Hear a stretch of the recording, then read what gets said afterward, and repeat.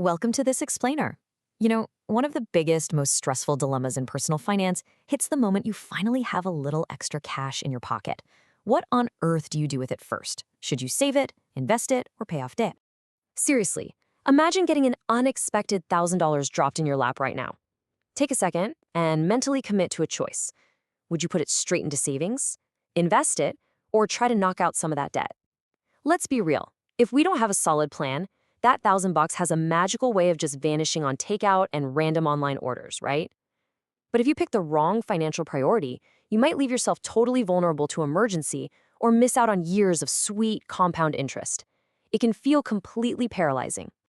Okay, let's dive into this. To clear up this financial anxiety, we're going to follow a really clear 6-part roadmap. We'll hit the $1,000 dilemma, securing your financial foundation, tackling high-interest debt, expanding savings and investing, look at some real-world financial scenarios, and finally, wrap up with choosing your exact next move. So Part 1, the $1,000 dilemma. Let's move from paralysis to an actual master plan. The core issue here isn't whether saving, investing, or paying off debt is a good idea.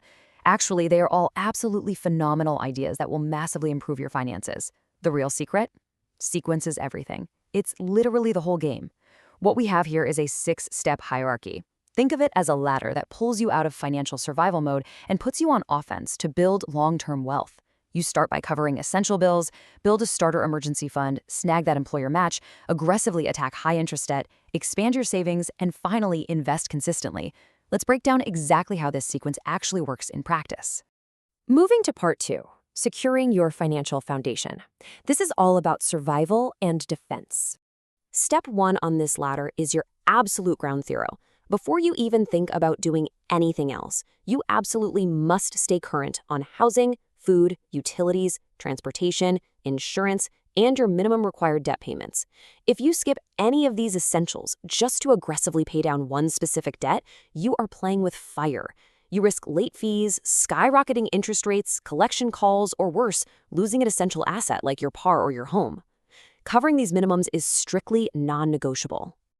Okay, once those essentials are locked down, we hit Step 2, the starter emergency fund. Now, this doesn't need to be some massive bulletproof safety net right out of the gate. We're talking about a small, highly accessible cash cushion, usually around $500 to $1,000.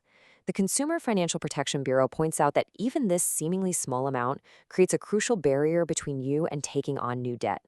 Keep it in a safe, insured savings account. It's basically your shock absorber for a blown tire or a surprise medical bill, so you don't have to panic swipe a credit card. And that brings us to Step 3. If your employer offers a retirement match, do not, I repeat, do not miss it. Think of this as a core part of your compensation.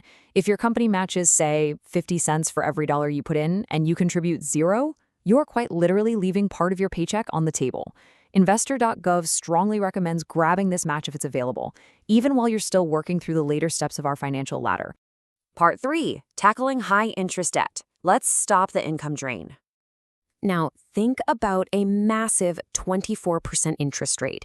If you have a credit card, payday loan, or personal loan charging anything near that, Step 4 of our hierarchy tells us to go on the attack. Why? Because paying down a balance at 24% gives you a guaranteed, yes, guaranteed return on your money by instantly eliminating those future interest charges. As Investor.gov highlights, dumping money into the stock market might earn you a return, but it carries risk. Wiping out high-interest consumer debt, though, that is an absolute risk-free financial home run. When you're ready to crush that debt, you basically have 2 main strategies. First, the avalanche method. You pay minimums on everything, but throw every extra dollar at the highest interest rate first. Mathematically, this saves you the absolute most money, period. But then there's the snowball method. You attack the smallest balance first to get quick psychological wins that keep you fired up and motivated. So which one is actually better? Honestly, the best method is simply the one you'll actually stick to. The only goal here is to obliterate that ridiculously expensive debt as fast as humanly possible. Part 4, expanding savings and investing. Time to play financial offense. With that toxic debt out of the picture, you get to transition from merely surviving to actually building wealth. Step 5 is expanding your emergency savings. We want to graduate from that starter fund and build up to several months of essential living expenses. Now, keep in mind, this target is super personal. It completely depends on variables like how stable your income is, whether you're in a single or multi-income household, and how many dependents you have. You don't have to fund this all at once. Just set up automatic transfers and build it up slowly and steadily.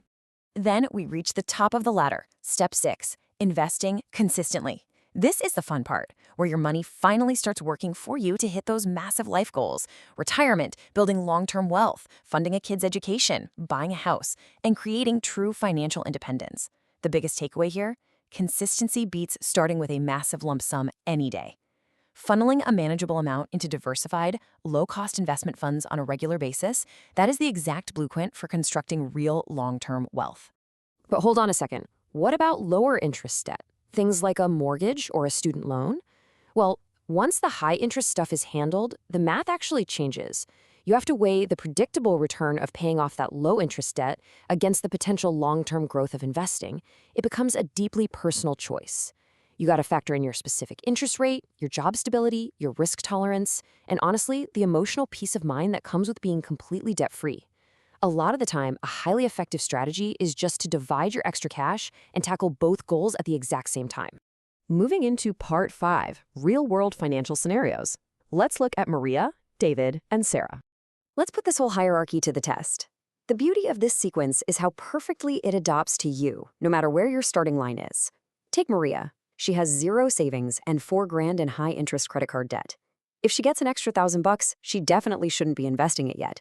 Her move? Fund that starter emergency account and throw the rest like a sledgehammer at that credit card. Then look at David.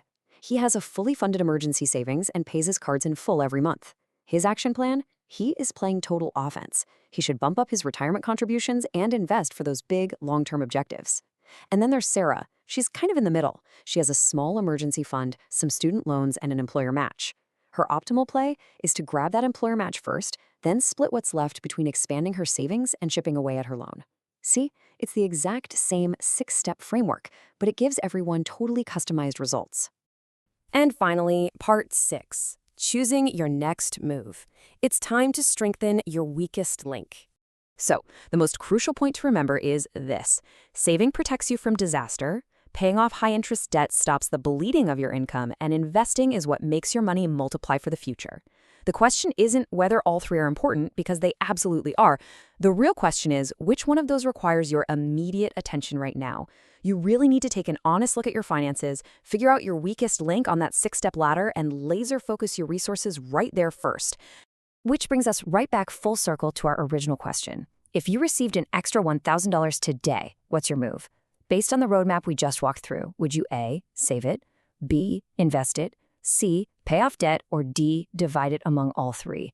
I really want you to leave your letter choice and, more importantly, your reasoning down in the comments. Seriously, sharing your real-world strategy might be the exact insight someone else needs to make a game-changing financial decision today. Thanks for joining me for this explainer, and I will see you next time.